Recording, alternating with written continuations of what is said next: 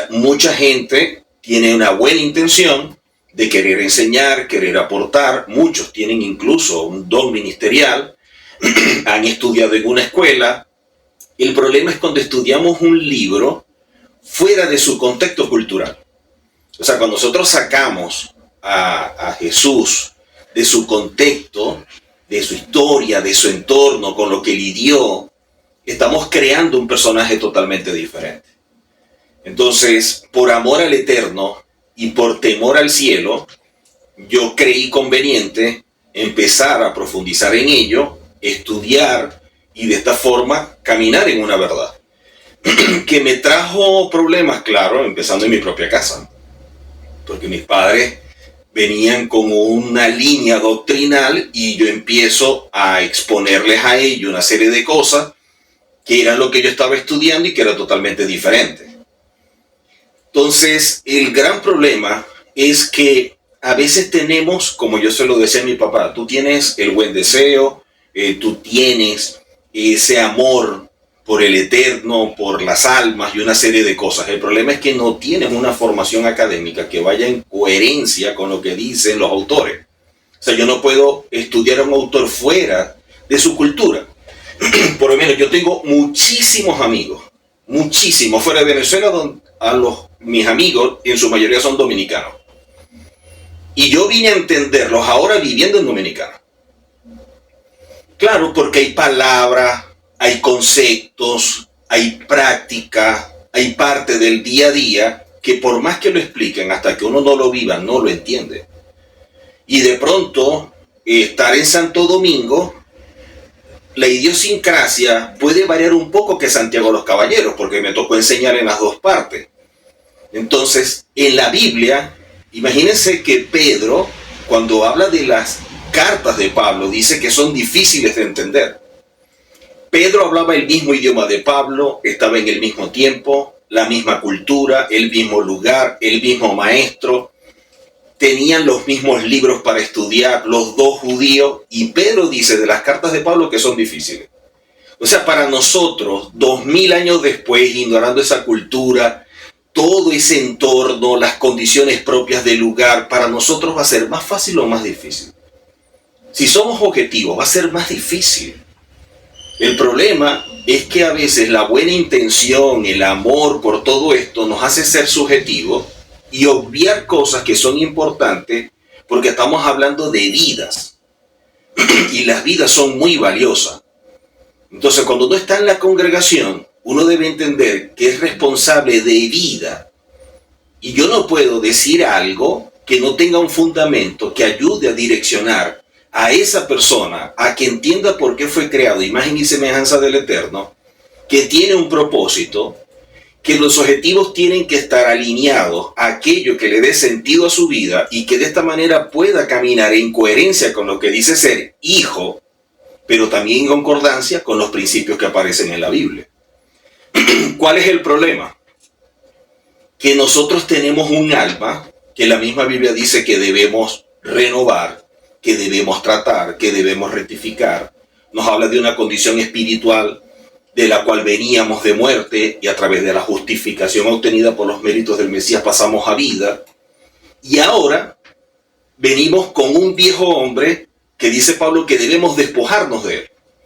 Entonces, cuando uno empieza a estudiar todo eso, dice, ¿cuál es el punto de quiebre para que se dé la renovación de la mente, despojar del viejo hombre, poder cambiar? Y me encuentro con el quebrantamiento.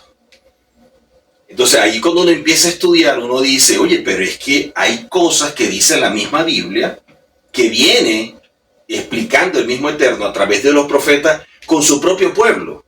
Cuando vemos nosotros en Jeremías 18, verso 4, que dice, cuando una vasija que él hacía salía imperfecta, el alfarero tomaba el barro y con él hacía otra vasija en cualquier forma que más le complacía. Entonces la palabra del Eterno vino a mí. Casa de Israel, ¿no puedo yo tratarte como el alfarero hace con el barro?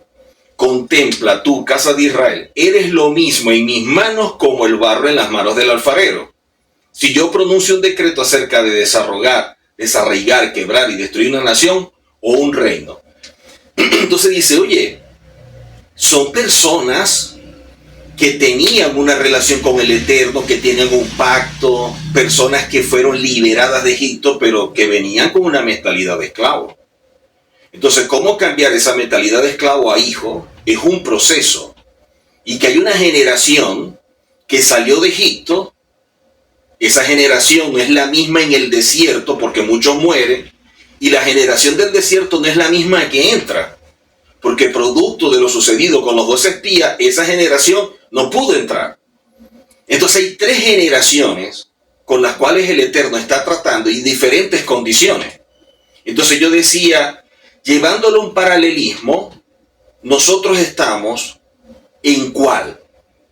O sea, nosotros nos identificamos con cuál generación, la que está en Egipto, la que está en el desierto, la que entró, y no por gusto, vamos a decir todos, somos de la que entró. No, realmente es así. Y la que entró tuvo que enfrentar muchas cosas, porque Canaán no era una nación, Canaán era un conglomerado de grupos. Entonces Canaán albergaba muchos grupos y cada grupo con cosas particulares a los cuales ellos tenían que hacer frente. Nosotros igual, nosotros vivimos en un mundo con un sistema, con una realidad que es diferente al sistema bíblico basado en una verdad. Entonces una cosa es la verdad del Eterno y otra cosa es la realidad de este sistema. No en vano Pablo en Romanos 12 dice que no nos adaptemos a este sistema, sino que nosotros tenemos que renovar nuestra mente para transformar nuestra vida y así comprobar cuál es la buena voluntad del Eterno, agradable y perfecta. Quiere decir que dentro de nosotros tenemos un obstáculo que impide caminar alineados a la voluntad del Eterno y que esa forma de caminar nos lleve a un nivel de santidad que nos permita ser parte del reino. ¿Cuál es el problema? Una mente no renovada. Que somos justificados, sí. Que somos hijos del Eterno, sí. Pero estamos actuando muchas veces como personas que no son hijos del Eterno. Por eso es que Pablo habla del hombre natural, carnal y espiritual. Entonces yo decía, algo dentro no está funcionando bien. Y el quebrantamiento siempre lo encontraba como que la punta de ancla para poder desarmar todo esto que yo venía evaluando. Entonces me encuentro con esto y empecé a desarrollar las clases del quebrantamiento. ¿Qué es el quebrantamiento? ¿Por qué el quebrantamiento? La importancia de ser quebrantados. ¿Qué impide que nos quebrantemos? Porque de allí parte todo. Tiene que haber un antes y un después. O sea, la persona que llega a la iglesia y en ese momento dice, oye, yo quiero tener una vida diferente. O sea, yo me cansé de luchar con mis propias fuerzas, yo estoy agotado, yo quiero algo diferente. Y le he dado oportunidad a todo. ¿Por qué no se la voy a dar al Señor que me están hablando o al Dios que me están hablando y hacer algo distinto? Entonces la persona parte por un momento donde se siente llamado por el Eterno, donde se siente que puede empezar algo diferente en su vida y así toma la decisión. Acepta al Señor. Es justificado, dice la palabra en Juan, que de esa manera se convierte y pasa de muerte a vida y pasa de ser una criatura a un hijo del Eterno. Eso es instantáneo. Pero cuando él sale de la iglesia, espiritualmente es un hijo, pero lo que internamente tiene no refleja que es un hijo. ¿Por qué? Porque esa persona llegó a la iglesia de 30 años de edad, de 40, de 50. Entonces, mientras más años, más estructuras en su mente tiene. Entonces, ¿qué es lo que dice el Mesías con este tipo de personas? Nosotros somos, o nuestra mente es como un odre. Y ese odre ha venido pasando procesos por los años. Pero ¿qué sucede cuando ese odre viejo le quieren echar vino nuevo? Lo quiebra. Entonces, ¿a qué se compara? Nuestra mente como un odre que ha venido almacenando lo que desde niño en nuestra casa, nuestra comunidad, nuestra ciudad, nuestro país nos impartió. Nosotros lo fuimos recibiendo. Desarrollamos una personalidad, un juicio de valores, un criterio, tenemos un enfoque. Empezamos a formar nuestro carácter. Y de esa manera tenemos el comportamiento, la conducta y la actitud que reflejamos en el mundo. Pero llegamos a este camino con 30 años, 40 años, con 50 años. Esa persona no va a establecer que todo lo que tiene es basura, lo va a colocar a un lado y empieza de cero. Porque es muy duro, es muy difícil. O sea, mucha gente piensa, bueno, yo acepto al Señor y ahora que el Señor me apoye en todo lo que yo quiero y cuáles son mis planes. No, el Señor no es el genio de la lámpara para frotarla y que nosotros empecemos a tener deseo. Nosotros estamos llegando a un camino y hay uno que dirige el camino. Nosotros lo que tenemos que decir, bueno, voy a empezar ahora este camino. ¿Cómo quieres tú que yo camine? Los impedimentos que nosotros tenemos, una mente que se ha venido construyendo a lo largo de los años a través de una sociedad que le va impartiendo un patrón que va ajustado a un contexto cultural. O sea, nosotros somos el resultado de lo que nuestra cultura nos dio. Y de ahí desarrollamos un criterio. Que hay una diferencia entre uno y otro por ciertos elementos dentro del hogar que nuestros padres nos imparten desde pequeños, claro que sí. Pero en líneas generales, todos nos guiamos por algo. No vamos a ver un dominicano que dice, bueno, dame un chin, como mangú, esto. Indistintamente el hogar lo va a decir, porque eso es algo general. Pero hay cosas que son específicas. Pero cuando llegamos al camino del eterno, es otra cultura, es algo totalmente diferente. La gente habla de reino. Y hemos leído libros sobre el reino, descubriendo el reino, que la cosa, pero la gente no termina de definir dónde está el reino y cuál es la cultura de ese reino. O sea, el reino no puede ser el reino fantasma, no puede ser abstracto. Tiene que ser algo concreto. Porque el Mesías dijo que era el rey de ese reino y que nosotros somos sus embajadores. Yo no puedo representar un reino que ignoro, simplemente lleno de buenas intenciones. Imagínense que yo, que soy venezolano, voy a representar a Dominicana. Estando en Dominicana, me dice, usted va a ser el embajador de Dominicana en México. ¿Qué voy a decir yo de Dominicana? Si yo no soy de Dominicana, no tengo propiedad para representar a Dominicana en México, porque no nací allí. De igual forma nosotros. Entonces, esa mente no renovada, esa alma no procesada, dentro ha venido construyendo como que filtros. Y esos filtros son los que hacen que nosotros podamos aceptar o rechazar. Entonces, algo se dice en la iglesia, que lo dice el pastor, lo dice la pastora, a mí no me gusta, no estoy de acuerdo. ¿Bajo cuál criterio? ¿Cuáles son los principios que tú tienes para decir no estoy de acuerdo? Entonces, la persona está predicando, pero los que están de frente, hay unos que lo están aceptando, unos rechazando, a unos les da igual, unos están locos por irse, unos están oyendo y se sienten bien, uno oye, tremendo, esto me gusta, esta es la respuesta que yo quería. Hay diferentes puntos de vista o reacciones frente a una enseñanza. ¿Por qué? Porque no hemos llegado a la unidad de la fe, producto que no hemos trabajado lo que internamente debemos procesar, nuestra mente. Y mientras que tengamos una mente sin procesar, vamos a tener esos filtros que se activan como mecanismo de defensa en una predicación que a mí me esté mostrando una verdad que me incomoda. Te pongo un ejemplo. Imagínate que yo nací en un hogar donde no hay ningún respeto. Y tú naciste en un hogar donde te enseñaron el respeto. Los dos vamos a la iglesia. Desde el púlpito empiezan a hablar del respeto, la importancia del respeto, las características de la persona respetuosa. ¿Cómo te sientes tú identificado con el tema? Te lo puede ampliar, te lo puede profundizar, remarcar ciertas cosas sobre el respeto. Tú no eres alguien ajeno al respeto. Pero para mí es incómodo, porque me están hablando de cosas que me están confrontando. Me están hablando cosas que me incomodan. Entonces, lo más fácil es evadirlo. ¿Pero por qué me incomoda?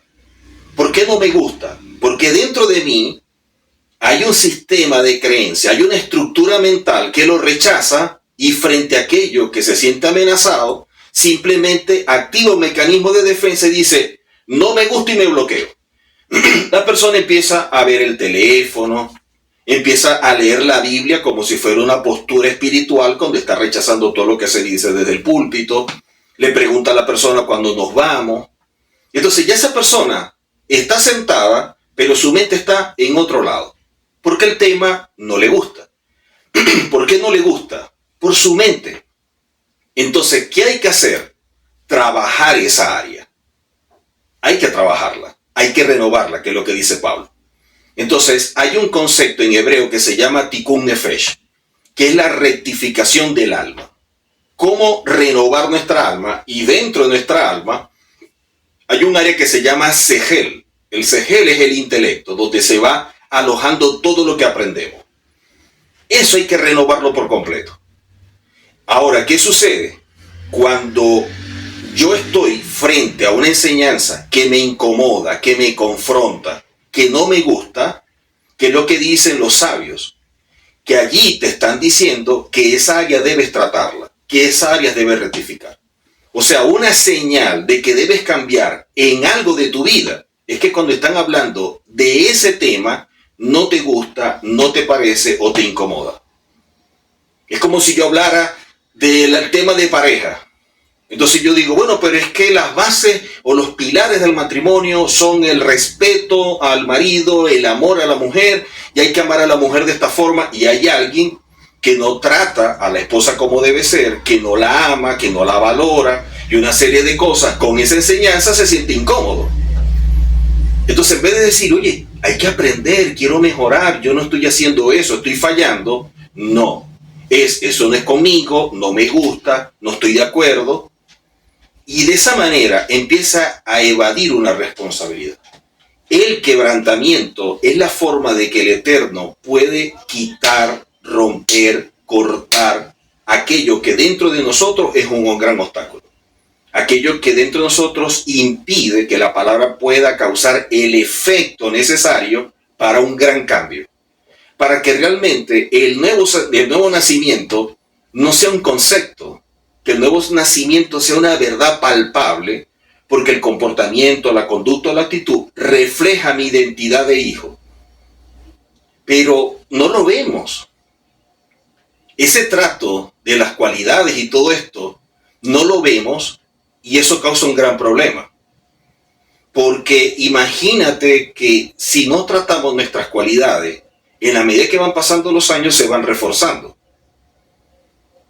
Entonces, imagínate una persona que es pastor, no trató la ira, no trató el orgullo, no trató la envidia, entonces está enseñando y sale otro pastor que de pronto está enseñando temas que son más importantes, que es más objetivo, que camina con principios, empieza a enseñar, la gente le gusta, la gente empieza a ir, o incluso personas de su congregación se sienten motivados a ir a escucharlo.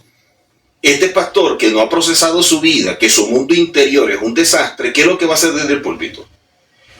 Hablar del otro pastor, hablar en contra de él, porque dentro de él hay una envidia, dentro de él aflora la rabia que tiene porque no la trabajó, porque también se siente mal y lastimado, porque hay orgullo. Todo eso son cualidades que no ha trabajado. O sea, tiene un mundo interior en desbalance y necesita ordenarlo. Y para hacerlo tiene que haber un punto de quiebre, que es el quebrantamiento, para empezar un proceso de renovación interna que se pueda manifestar externamente, que es lo que dice exactamente Pablo en Romanos 12, verso 2. Mira, los kelipot son velos, cortinas, como tú dijiste. Cuando empezamos a crecer desde que nacemos, nosotros llegamos a este mundo con un alma pura.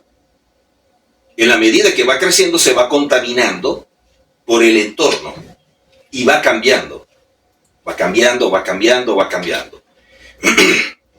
Todo lo que va cambiando, todo lo que se va transformando en parte de su personalidad, lo que él cree, lo que él piensa, todo eso es como una cortina. Romanos capítulo 12, verso 2. Romanos 12, 2. Entonces, las cortinas no te impiden ver más allá de ello.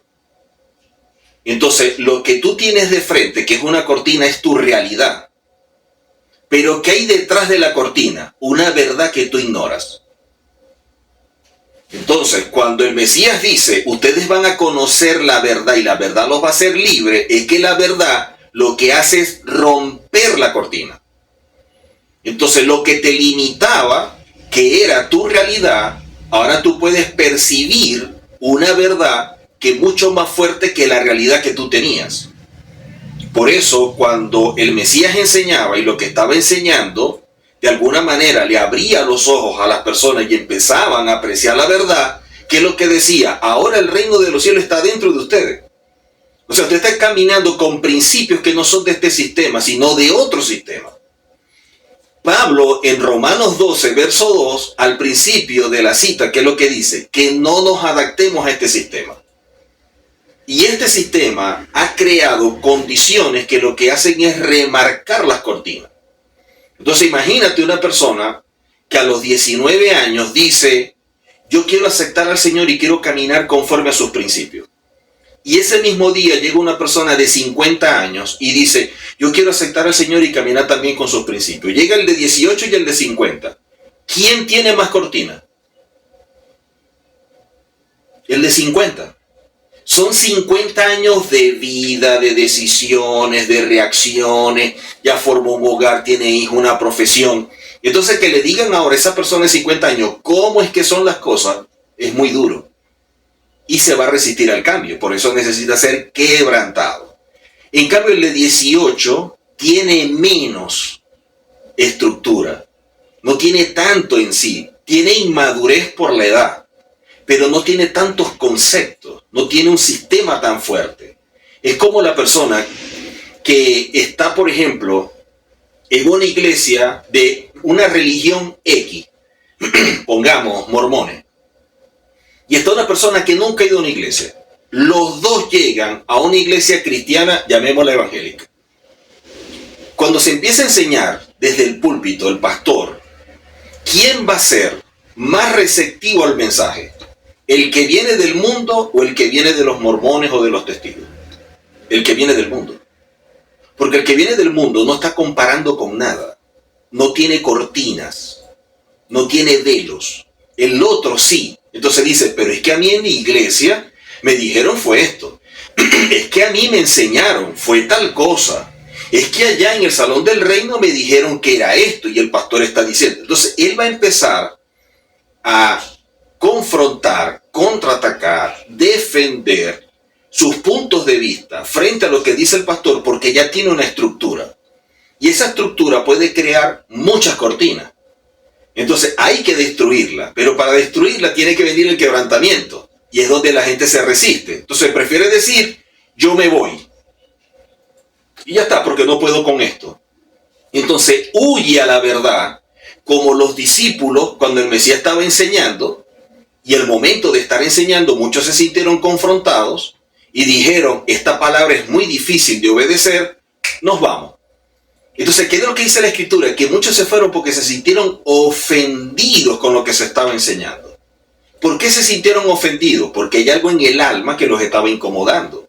Porque a lo mejor le estaba demandando compromiso, responsabilidad, integridad. Y ellos no estaban conscientes de eso.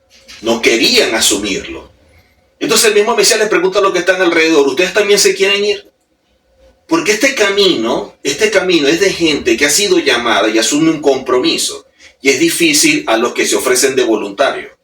El que sale del voluntario con una buena intención de querer caminar, en el problema fuerte, en el proceso, en la crisis o en la situación adversa, es el primero que se va. Y de esa forma va de iglesia en iglesia. El que es llamado entiende los procesos que tiene que vivir. Sabe que de ese pastor, de ese líder se va a nutrir para mejorar y crecer, pero también apoyar y ayudar al pastor que también va a vivir su crisis y su proceso. Los que están en el púlpito no son superhéroes, son seres humanos. Entonces, es una retroalimentación que se da, pero a través de principios.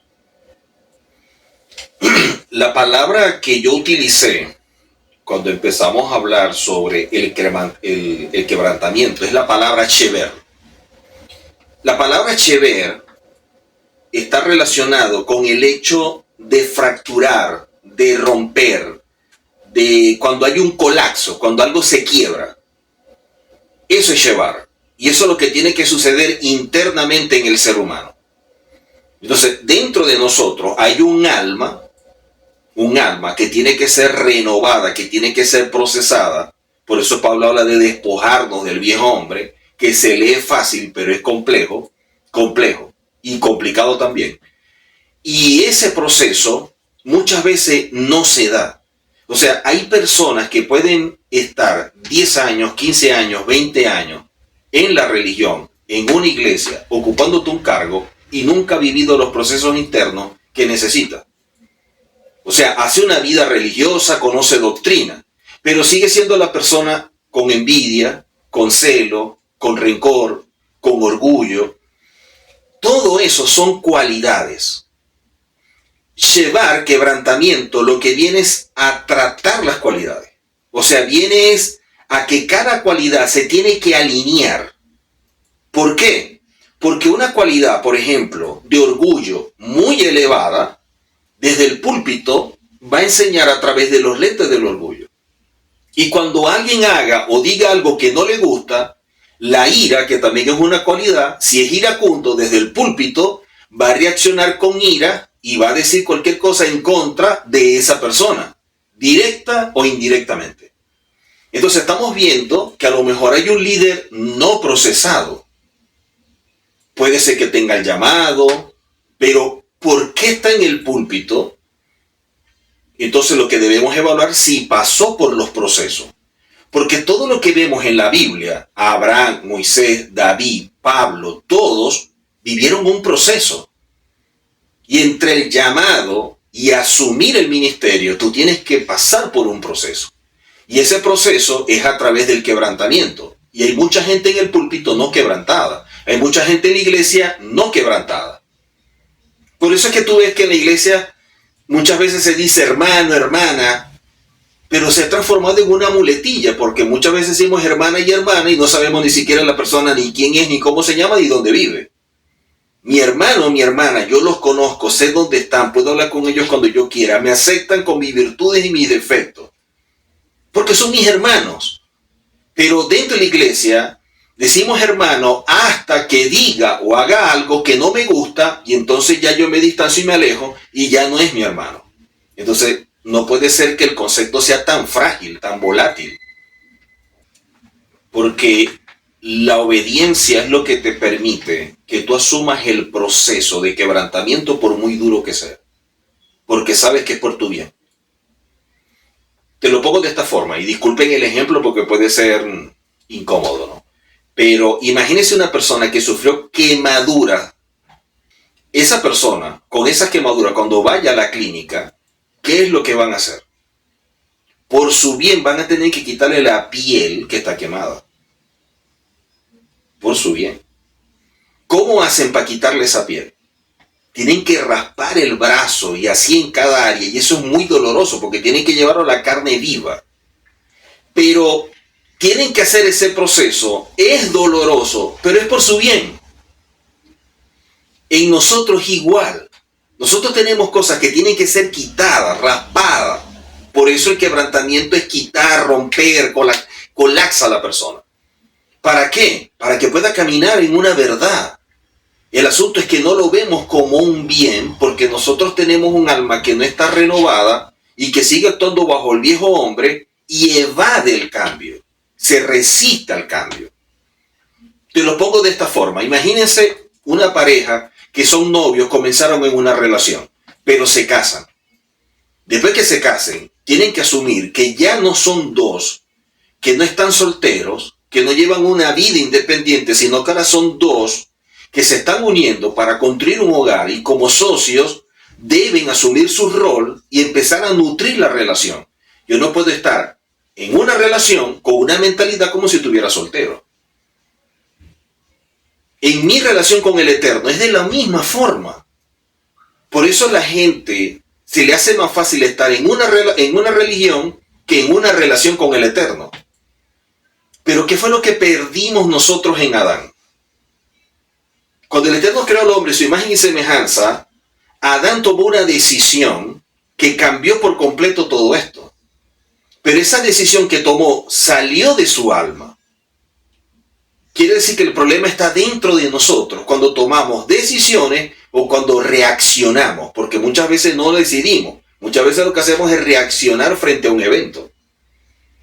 Entonces, hasta que no trabajemos nuestro mundo interior, hasta que no alineemos nuestras cualidades, va a ser muy difícil. Porque la Biblia dice que fuimos creados a imagen y semejanza del Eterno. Ahora, cuando nosotros decimos imagen y semejanza del Eterno y vemos que el Eterno es perfecto, que es santo, que es puro, ilimitado, soberano, omnipresente y todo, pare de contar, y nosotros, gente limitada, con defectos, con errores, entonces, ¿cómo yo puedo ser semejante al Eterno? Cuando yo soy terrenal, tengo cuerpo y Él es espiritual y mira todo lo que Él tiene. Entonces, la misma Biblia nos da la respuesta. Porque cuando empezamos a leer en hebreo nos damos cuenta que nosotros podemos ser semejantes al Eterno a través de los midot. O sea, de las cualidades o lo que Pablo llama los frutos. Te lo explico y a todos los que están allí presentes. Si el Eterno es amor y yo odio, ¿nos conecta o nos desconecta? Nos desconecta. Si el Eterno es humilde y yo soy prepotente, nos desconecta. Si Él es respetuoso y yo soy irrespetuoso, o Él es comprensivo y yo no soy tolerante, y Él es amor y yo soy rencoroso, estamos en polos opuestos. Pero si Él es amor y yo camino en amor, si Él perdona y yo perdono, pero perdono olvidando, no como hace la gente que dice, no, yo lo perdono pero no lo olvido. Eso no es perdonar. Si Él es humilde, yo camino en humildad. Si Él es respetuoso, yo camino en respeto. Si Él es comprensivo, yo camino en comprensión. Entonces tenemos cosas que nos unen. Él es humilde porque Él es la esencia, Él es la vid. Yo soy el pámpano da fruto, yo tengo que caminar en humildad. Él es amor, yo amo. Él es respetuoso, yo respeto. Eso nos va conectando y eso hace que yo actúe semejante a Él, porque en el momento que lo determine, yo amo porque Él ama, y yo perdono porque Él perdona, y yo comprendo porque Él comprende, y yo respeto porque Él respeta. Cuando yo actúo semejante a Él, puedo revelar su imagen, porque estoy mostrando su esencia. Pero yo no puedo mostrar su esencia actuando contrario a lo que Él es. Por eso es que la Biblia dice que el pámpano que no da fruto es cortado, porque es alguien que está lejos del Eterno. Entonces, no es decir que somos hijos, es tener conciencia que debemos caminar como hijos, y eso es un compromiso diario, porque todos los días tenemos que asumir un desafío, un reto, porque nos encontramos con personas con las cuales tenemos relación, y allí tenemos que aflorar estas cualidades. Hablando de la sombra, si la luz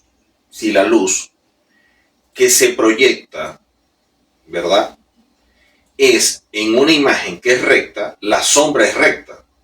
Si la luz la proyecta a una imagen que es redonda, la sombra es redonda. Si la luz es la Torá, ¿verdad?, que pega en el Mesías, no puede ser la sombra algo diferente al Mesías. Si nosotros somos parte de Él, porque Él es la cabeza y nosotros somos el cuerpo, y por lo tanto nosotros tenemos que revelar su imagen, porque somos uno con Él, yo no puedo estar mostrando una sombra que es diferente a la imagen que proyecta la luz del Eterno a través de nuestra vida. Imposible. Porque entonces no camino en concordancia con Él. Ahí hay un desfase. Lo otro que debemos tener presente es que nosotros tenemos muy buenas intenciones. El problema es que no caminamos conforme a principios. Y una buena intención sin principio que nos sustente no lleva a ningún lado. En cambio, cuando nosotros tenemos principios, indistintamente lo que esté sucediendo, nosotros estamos firmes, estamos parados delante del Eterno y nada nos mueve. Por ejemplo, cuando vemos nosotros al salmista, en el Salmo 143, verso 10, dice el salmista, enséñame a hacer tu voluntad, porque tú eres mi Elohim. Tu espíritu me guíe a tierra de rectitud. El salmista no le está diciendo, enséñame tu voluntad. Ya el salmista conoce cuál es la voluntad del Padre. El salmista lo que él está diciendo es, enséñame a hacer tu voluntad. Yo la puedo conocer, pero hacerla Es difícil. ¿Por qué? Porque dentro de mí hay cosas que se oponen. Como dice Pablo, lo que quiero hacer no hago y termino haciendo aquello que no hago. Pobre de mí. ¿Por qué? Porque dentro hay un conflicto. Y si yo no estoy consciente de ese conflicto, entonces yo no sé cómo lidiar y cómo trabajar lo que internamente está sucediendo. Y esa batalla está en la mente. Entonces una cosa es lo que yo quiero por mi alma no renovada y otra lo que yo debo como hijo que debe revelar la imagen del Eterno. Entonces eso entra en conflicto. Ahora, si le está pidiendo el salmista que le enseñe a hacer la voluntad del Eterno, quiere decir que no es tan fácil como nosotros pensamos. Al punto que el mismo Mesías en Mateo 6, desde el verso 9 en adelante, cuando le preguntan en relación a la oración, él dice, hágase tu voluntad. Hágase tu voluntad. O sea, no la mía, es la de él. El problema es que nosotros tenemos un alma entronada que se resiste a ceder su voluntad. Y queremos hacer la nuestra con una buena intención, pero sin fundamentos que sustenten la intención. Y eso no nos lleva a nada. Por eso es que cuando vemos nosotros al Mesías en Juan capítulo 5, verso 30, Juan 5:30, dice, no puedo yo hacer nada por mí mismo. Según oigo, así juzgo, y mi juicio es justo, porque no busco mi voluntad. No busco mi voluntad, sino la voluntad del que me envió, la del Padre. Si el mismo Mesías dice que él no busca hacer su voluntad, sino la voluntad del Padre, ¿qué nos queda a nosotros? Entonces nos cuesta. Por eso es que, mire, disculpa que te interrumpa, hay personas que dicen, bueno, yo voy a oír la enseñanza del Moré Gustavo. Ok, yo voy a oírla. Yo voy a retener lo bueno y a desechar lo malo. Se oye bien, se oye bonito, se oye como que espiritual, con madurez. Pero en verdad no es así. ¿Por qué? Porque usted no puede retener lo bueno y desechar lo malo porque usted no sabe qué es lo bueno y lo malo. Si esto fuera una conferencia de puros cirujanos que están hablando de cómo hacer una operación a corazón abierto con un nuevo instrumento donde nosotros no tocamos nada, sino que damos puras instrucciones, y yo entro y digo, voy a retener lo bueno y desechar lo malo, ¿cómo yo puedo saber qué es bueno y malo si yo no soy médico? Si yo no conozco nada de eso. Entonces nos llenamos con esa... queremos como que colocarnos ese ropaje de espiritual y decir, retengo lo bueno y desecho lo malo, pero lo bueno y lo malo de acuerdo al criterio de quién. Bueno y malo basado en qué. Porque cuando vamos a la Biblia, en Levítico, en Deuteronomio nos dicen, el Eterno coloca la Torah delante de nosotros. ¿Y qué nos dice? Te estoy colocando delante de ti la Torah para que sepas qué es el bien y el mal, la vida y la muerte, la bendición y la maldición. Entonces, la Torah es la que nos puede mostrar dónde está el bien y el mal, la vida, la muerte, la bendición y la maldición. Ahora, ¿cómo yo sé eso? La única forma es que yo pueda renovar mi mente, cambiar mi vida y dejar que sea el Eterno que me guíe cuando yo cedo mi voluntad para hacer la de Él. Volvemos a Romanos 12. ¿Qué dice Romanos 12? Dice... no nos conformemos a este sistema, no nos adaptemos a este sistema, a esta realidad. Dice, tenemos que transformarnos, hablando de lo exterior. Pero ¿cómo nos transformamos? Por medio, quiere decir que esta es la forma o el instrumento para que se dé la transformación. ¿Cuál es el instrumento? La renovación de nuestro entendimiento. Si yo quiero transformar mi vida, tengo que empezar por renovar mi entendimiento. Y eso está en lo interno. Entonces, mi proceso interno se va a ver reflejado a través del comportamiento, la conducta y la actitud cuando yo paso por el quebrantamiento y dejo que sea la voluntad del Eterno la que obre. Y yo me doblego. Pero mira lo que dice luego. ¿Por qué tenemos que hacer todo esto? Para comprobar cuál es la buena voluntad del Eterno, agradable y perfecta. O sea, yo no sé cuál es la buena voluntad del Eterno si yo no he pasado por este proceso de renovación, si yo no me adapto al mundo, si yo no transformo mi vida? Porque el hombre natural y el hombre carnal no pueden percibir las cosas del Eterno porque tienen que hacerse espiritualmente. Y está hablando de mi hombre interior, está hablando del Neshama. Y eso es algo que no se enseña. Y eso es lo lamentable. Porque el pueblo perece por falta de conocimiento. Dice el profeta Isaías, y el profeta Osea dice que el pueblo fue llevado cautivo por falta de conocimiento. Entonces es importante conocer una verdad que nos hace libres, o como dice el salmista, esa verdad que es la Torah, que es lámpara a nuestros pies para guiar nuestros pasos. Pero miren que todos estos procesos, ¿no? Cuando vamos nosotros a la Biblia, en Juan capítulo 12, el Mesías dice algo importante allí que debemos tomar en consideración.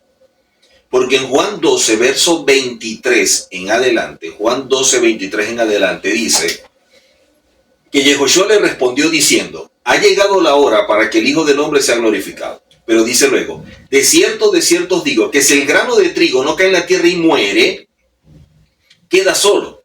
Pero si muere, lleva mucho fruto. El que ama su vida la perderá, y el que aborrece su vida en este mundo para vida eterna la guardará. Pero dice, si el grano de trigo no muere, no da fruto. Si nosotros no morimos a nuestro ego, a ese orgullo, a esa alma no renovada, si no morimos al viejo hombre, no vamos a dar fruto. O sea, no podemos manifestar cualidades y no podemos actuar semejante al Eterno para revelar su imagen. Porque el viejo hombre va a seguir dominando. El viejo hombre va a seguir actuando. Mira, cuando yo empecé a enseñar sobre las raíces hebreas, en el año 98, que empecé a enseñar ya de manera más fuerte en Venezuela, muchas personas me criticaron, me juzgaron, me señalaron, incluso hasta amigos pastores. Porque ellos me decían, Gustavo, estás judaizando, Gustavo, estás esto. Y decían, no están entendiendo. Yo estoy mostrando la Biblia desde una cultura para que conozcamos los términos y las palabras que aparecen originalmente y no digamos algo que el Eterno no dijo. Para que en verdad estemos comprometidos con una verdad. Y eso, muchos rechazan esto porque de pronto piensan que se está judaizando, pero nadie dice, cuando en la iglesia se enseña y hablan de Kairos, del Cronos y el Zoe, el Logo, el Rema, todo eso es griego. Nadie dice nos están helenizando. Nadie dice nos están helenizando y lo rechazan. Pero una palabra hebrea, las que no conocen, porque aleluya, amén y pare de contar son hebreas y las dicen. Pero como ya se han aceptado tradicionalmente no les causa problema. Pero hasta el mismo nombre del Mesías les causa un problema serio. Si los nombres no tienen traducción, tú te llamas Miguel aquí en cualquier parte, pero porque vivas en Estados Unidos y tu documento no lo van a traducir, tú te sigues llamando Miguel. Si él tiene un nombre que es sobre todo nombre, un nombre que fue profetizado, un nombre que sobre el cual se dobla toda rodilla, un nombre en el cual el nombre del Eterno está puesto, un nombre que revela el carácter profético, que nos muestra y nos revela la redención. Cuando estudiamos a profundidad el nombre del Mesías, ¿por qué yo lo voy a cambiar? Y mucho menos a un idioma que no existía hace 2000 años. Entonces sería como una falta de respeto. Entonces yo empecé a enseñar eso tan básico, y empecé a enseñar otras cosas para que la gente pudiera entender que nos toca estudiar a profundidad si realmente queremos caminar en una verdad. Y que tenemos que pagar un precio, claro que sí. Pero vale la pena pagar el precio cuando tenemos la verdad en la mano, que evadir eso por la comodidad de que no me vayan a decir nada y seguir caminando en una mentira, pero con buena intención. Porque eso no me ayuda a nada. Por eso es que la gente en la actualidad difícilmente se mantenga en una congregación. Se van, se pasan para otra, cualquier situación que pasa yo me voy, cualquier cosa que sucede justifica el hecho de yo irme. Personas que dicen voy a estar con usted, usted como mi madre, usted como mi padre, cuente conmigo, y en cualquier momento pum, se fueron. Y dicen, bueno, ¿y por qué se fueron? ¿Por qué no tienen compromiso? ¿Por qué no hay firmeza? Porque dentro de sí no hay un cambio, no hay un verdadero nuevo nacimiento. Y eso impide que la persona pueda caminar conforme a principios. Y nosotros necesitamos que se camine conforme a principios. Porque la palabra nos dice de forma muy clara que no podemos entrar al reino, no podemos estar delante del Eterno si no hemos adquirido un nivel de santidad que lo permita. Sin santidad nadie podrá ver al Señor. Entonces yo necesito santificarme. Y la única forma de santificarme es a través de la verdad que está plasmada allí en letra, porque la verdad del Eterno es la que nos santifica. Santifícalos en tu verdad, tu Torah es la verdad. Y en Apocalipsis nos hablan de lo que trae como resultado esa santificación, que viene a través del traje que se construye, producto de las acciones justas que están basadas en principios. Y ese traje es con el que nos vamos a presentar y ser parte del reino. La palabra ver en hebreo viene de una expresión que es re. Re es tener una revelación que supera las limitaciones de este sistema terrenal. O sea, el hecho de ver es algo que lo físico no lo limita. O sea, no está ajustado a leyes físicas.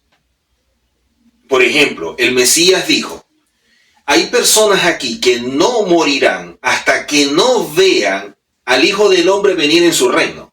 Eso lo dijo hace 2000 años. El reino no ha venido. ¿Esas personas están vivas? No.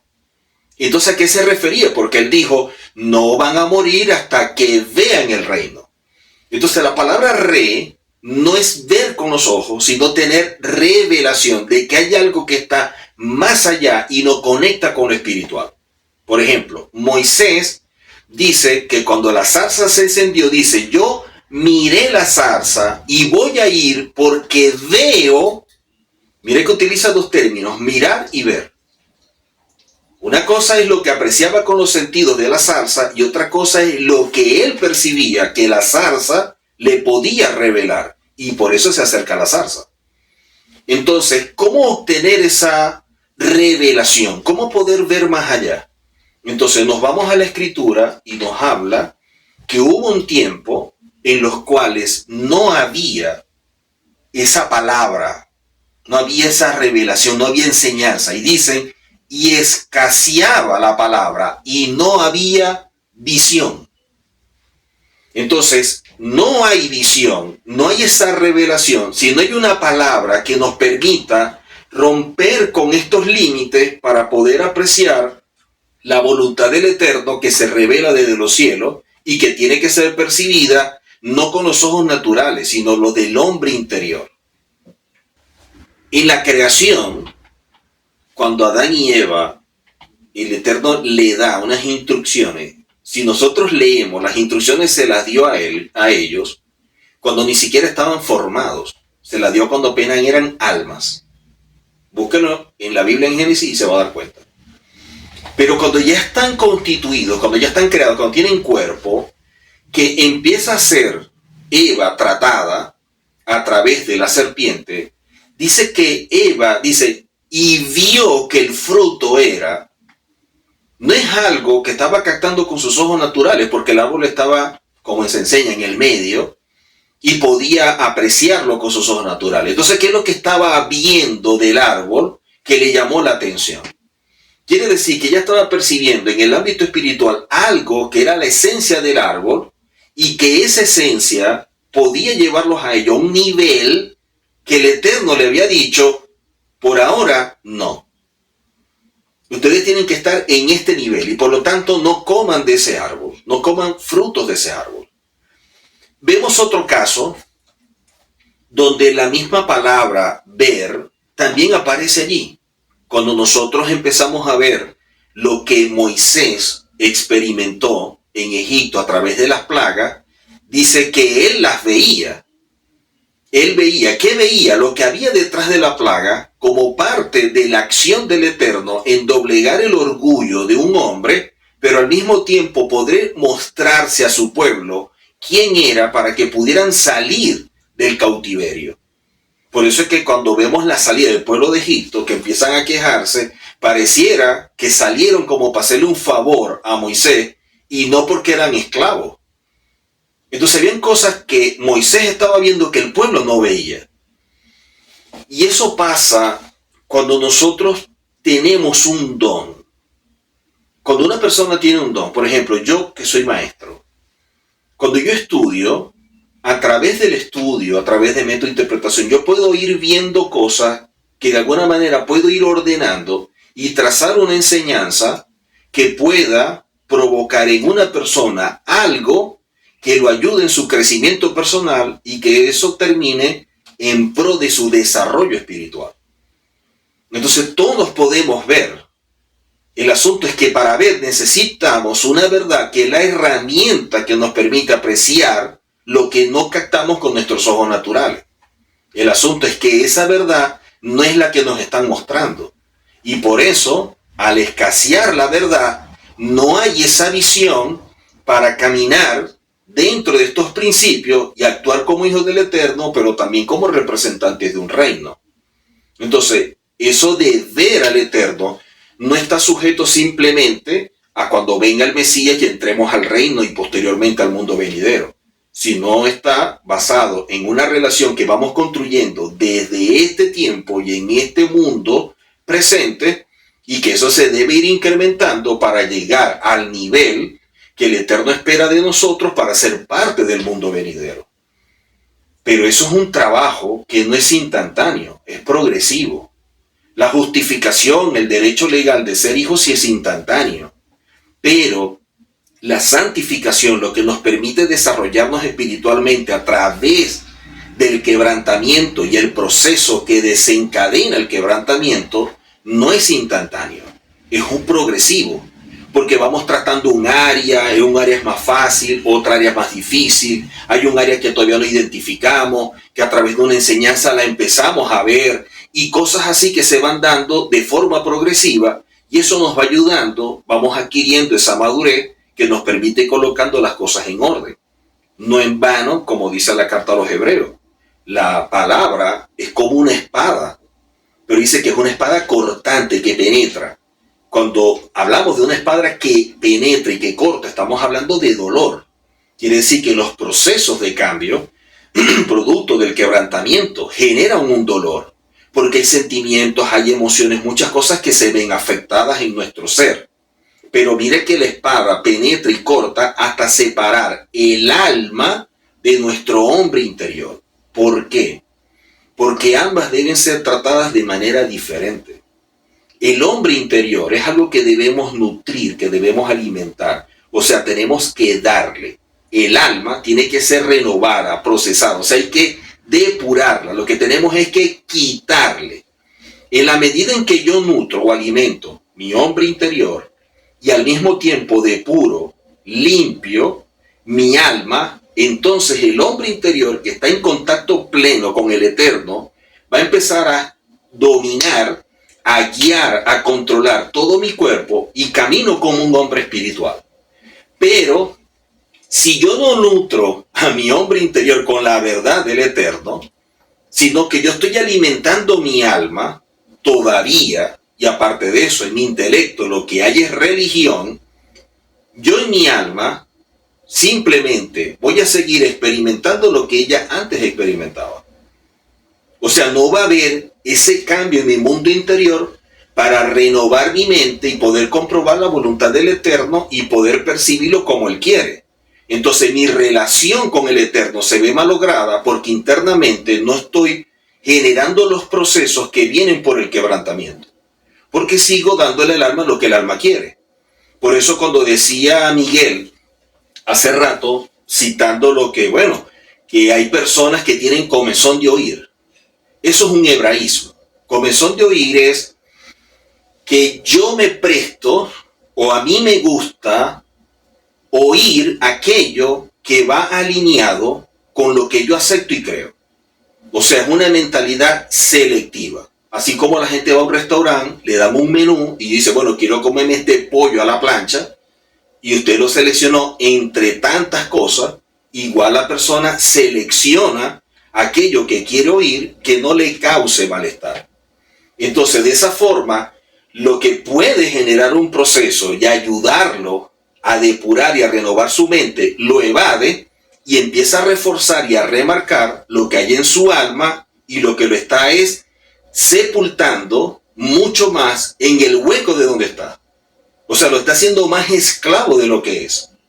Y esa persona no termina de salir, porque lo que está haciendo es reforzando su criterio.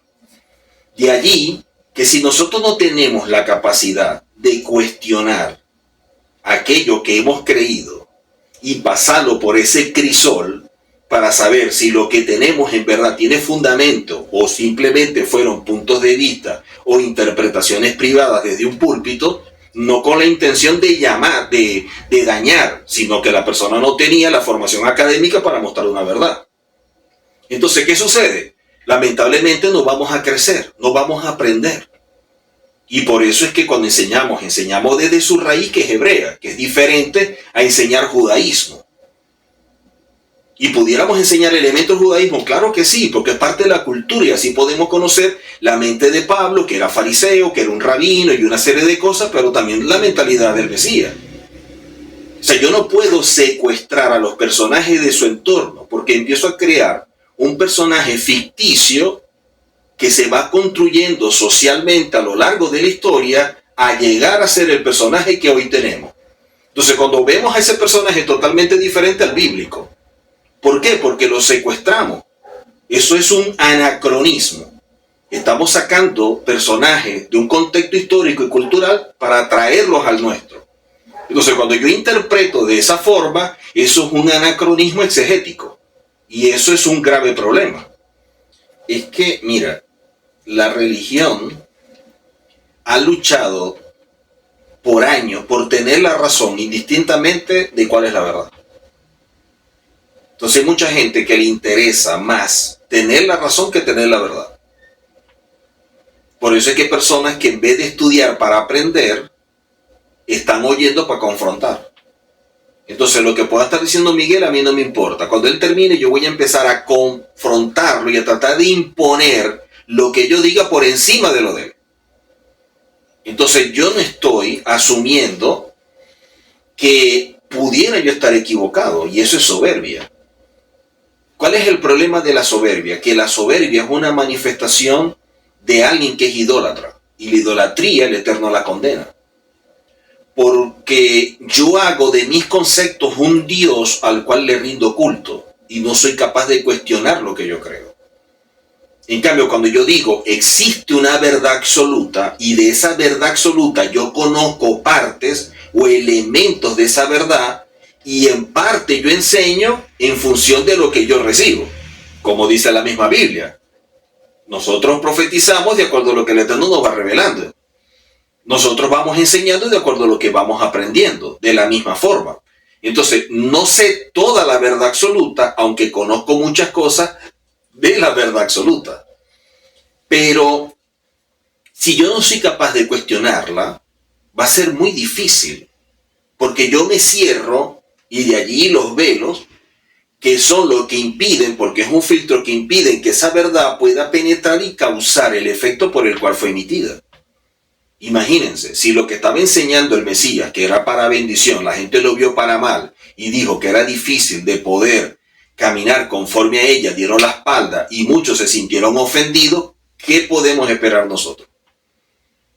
Nosotros no podemos esperar que nos aplaudan siempre, porque vamos a enseñar cosas que de pronto a un oído que ha sido selectivo, ahora escucha algo diferente, ¡pum!, lo confronta. Es como un odre viejo que está empezando a ver las grietas porque están colocándole un poquitico de vino nuevo.